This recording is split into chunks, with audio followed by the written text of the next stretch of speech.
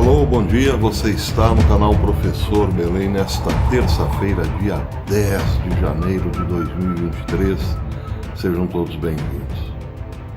Quero começar mandando um grande abraço a Vilma e ao Luiz, lá de Cascavel, um casal pra lá de legal.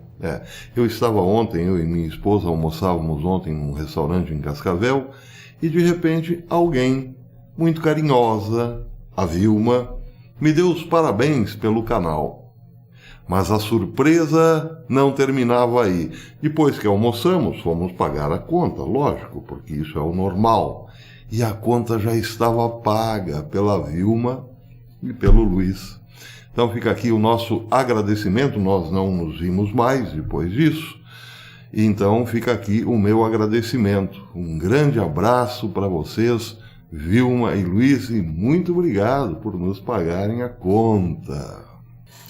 Meus amigos, muito se fala hoje sobre o estado de saúde de Vladimir Putin. O Daily Mail chegou a dizer essa semana que Putin está num estado terminal, um câncer avançado que pode levá-lo dessa para outra muito rapidamente. Mas o que mais se tem falado é o que será da Rússia depois do passamento de Vladimir Putin.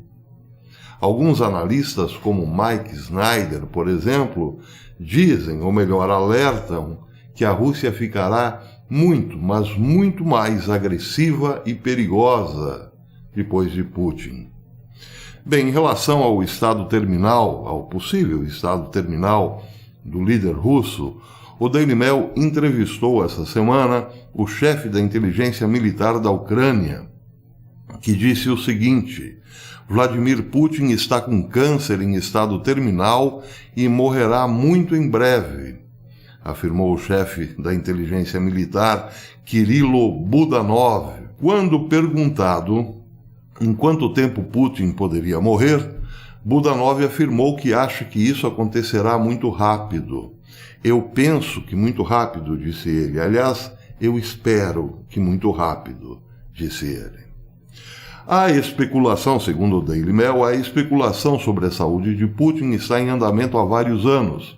Há rumores de que o líder russo de 70 anos sofre de câncer, doença, o mal de Parkinson, além de várias outras doenças. Bem, sobre esta matéria do Daily Mail, Mike Snyder, que é escritor, um grande pesquisador de geopolítica, entendido pelo menos na questão russa como poucos da atualidade, fez o seguinte comentário. A leitura do artigo chamou a minha atenção porque tem um capítulo inteiro em meu novo livro dedicado a falar sobre a morte iminente de Vladimir Putin. Putin, no momento, está cercado por funcionários ainda mais radicais do que ele. Muitos no mundo ocidental vão se alegrar quando Putin morrer.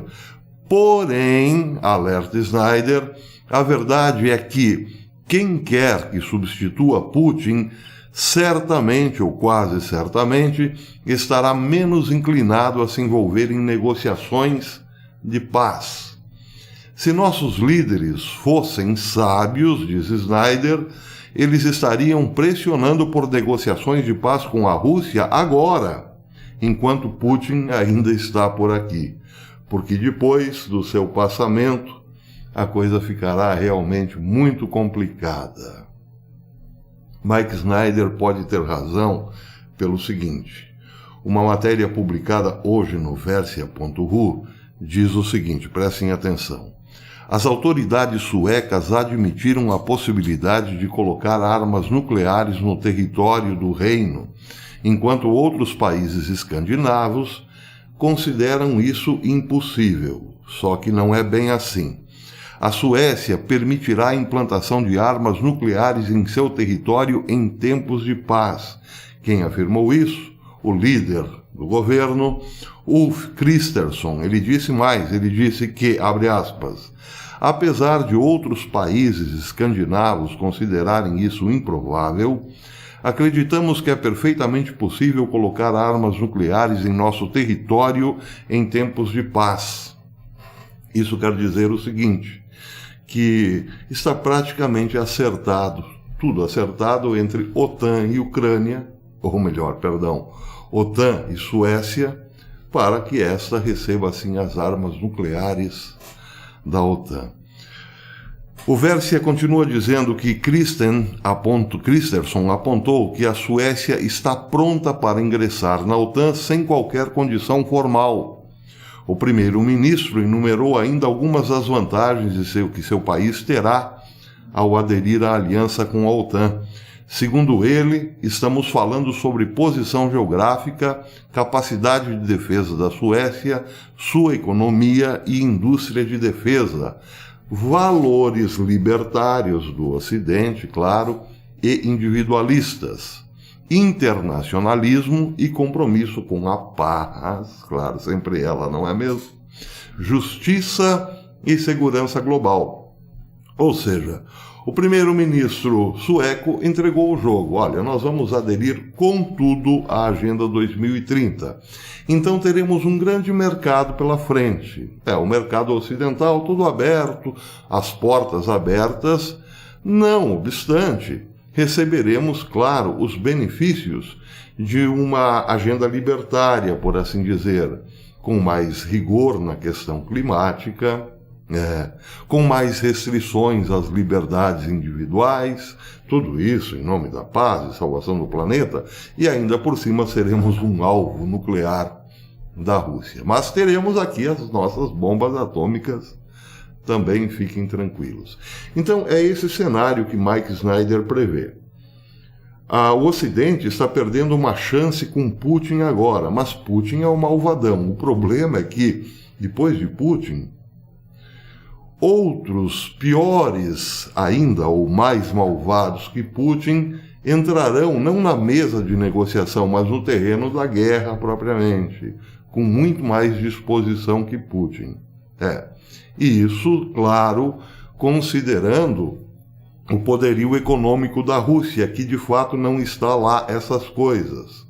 O que pode, em algum momento, sugerir que os que substituírem Putin, exacerbados por um nacionalismo exacerbado, usarão de meios que já dispõem, como armas de destruição em massa, por exemplo. Esta é uma das possibilidades. Mas ela se ampara em outro artigo da Versia.ru, ou melhor, perdão, num artigo publicado no Moscow Times. Eu vou deixar todos esses textos citados aqui na descrição do vídeo. Um texto publicado ontem no Moscow Times, cujo título é "A idealização da morte de Putin reflete a crescente nazificação na Rússia". O artigo é um pouco longo, mas vale a pena. Ele diz o seguinte: o carnaval de violência que há anos permeia a mídia controlada pelo Estado na Rússia deu lugar nos últimos meses a um novo tom de solenidade e pede atos nacionais de heroísmo enquanto invasão do país à Ucrânia continua vacilando. Enquanto as gargalhadas sinistras das autoridades ainda podem ser ouvidas nas telas de televisão russa, enquanto os propagandistas estatais discutem a destruição de cidades ucranianas ou o uso de armas nucleares, novos e sinistros personagens surgiram. Até recentemente, parecia que a Rússia havia elevado o comportamento Gopnik, membro de gangue de rua, o nome de membros de gangue de rua, a um estilo de conduta oficialmente aprovado que tolerava zombar de suas vítimas com arrogância carnavalesca.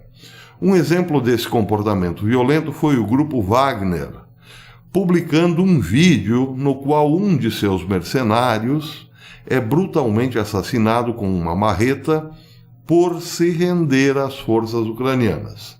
Dias depois, o fundador do grupo enviou outra marreta ao Parlamento Europeu coberta de sangue falso. Este tipo de performance sinistra, diz o Moscow Times, demonstrando abertamente a rejeição da moralidade e da lei e, alegrando-se com a humilhação dos fracos, parece destinado a demonstrar a soberania da Rússia a seus inimigos e enfatizar que as convenções da civilização ocidental, com suas normas básicas de decência, não se aplicam na Rússia. Agora parece ser a hora do público tomar consciência da gravidade do momento. Afinal, a população masculina do país está sendo mandada para a matança. Este é o tema do Let's Stand Up, uma canção do cantor russo Xamã, que mostra o glamour sombrio da morte para uma audiência de milhões.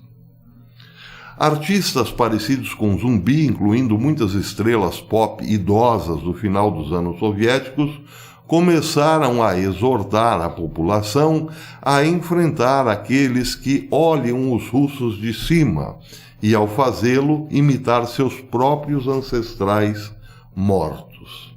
Bem, só esta parte da matéria já nos dá uma ideia do que está acontecendo na Rússia. O nacionalismo, o ultranacionalismo, está fomentando um sentimento de rancor, de vingança cada vez maior entre a população. E esses ultranacionalistas, claro, já são muito bem representados dentro do governo. Só estão esperando a hora de substituírem Vladimir Putin e colocar em prática, evidentemente, todo este sentimento que está sendo fomentado agora, o chamado ovo da serpente.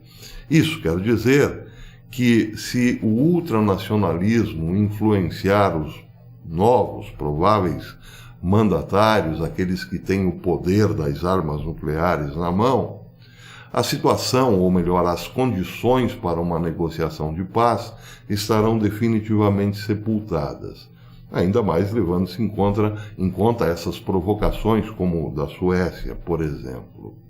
A Rússia está se armando fortemente na Bielorrússia e, dizem especialistas, os exercícios militares com a Bielorrússia prevêem uma ação muito maior, ou melhor, uma ação para muito além de um possível ataque à Ucrânia. Especula-se, sim, que dentro da Bielorrússia esteja sendo preparada uma invasão a outros países do leste europeu. Pode ser que Polônia e até mesmo, quem sabe, a Suécia estejam nessa lista. Seja como for, eu já falei aqui de várias profecias, as famosas profecias do Bosque, que dizem que sim, em algum momento, as tropas russas invadirão não só o leste europeu, mas chegarão ao coração da Europa Ocidental. O terreno está aí, todo preparado para isso, não para a paz, porque no fundo ninguém quer saber de paz. Se Vladimir Putin, o malvadão, deixar este mundo em breve, teremos condições ainda piores ou quase impossíveis para a paz. Quem diria, não é mesmo? Putin, o tão demonizado Putin, é ainda a última esperança para, quem sabe, uma negociação de paz. Muito bem, eu vou ficando por aqui. Quero lembrar antes uma passagem publicada em 1787 de um texto de Alexander Tyler, que dizia o seguinte: uma democracia é sempre de natureza temporária. Não pode existir, simplesmente não pode existir como uma forma permanente de governo, porque a democracia continuará a existir até o momento em que os eleitores descobrirem que podem votar em presentes generosos do tesouro público. A partir desse momento, a maioria sempre votará nos candidatos que prometerem mais benefícios com dinheiro público, de modo que toda a democracia finalmente entre em colapso devido a uma política fiscal frouxa, sempre seguida por uma ditadura. Prestem atenção no detalhe, é de tom bastante profético. Sempre seguidas por uma ditadura. Ou seja, a democracia morre quando candidatos que prometem sonhos mirabolantes vencem e continuam vencendo eleições. eles, para cumprir esses planos, para cumprir as promessas de campanhas e planos mirabolantes, acabam destruindo a economia, e o que vem em seguida é sempre, diz o autor, uma ditadura. Coincidência, né? Até amanhã, se Deus quiser.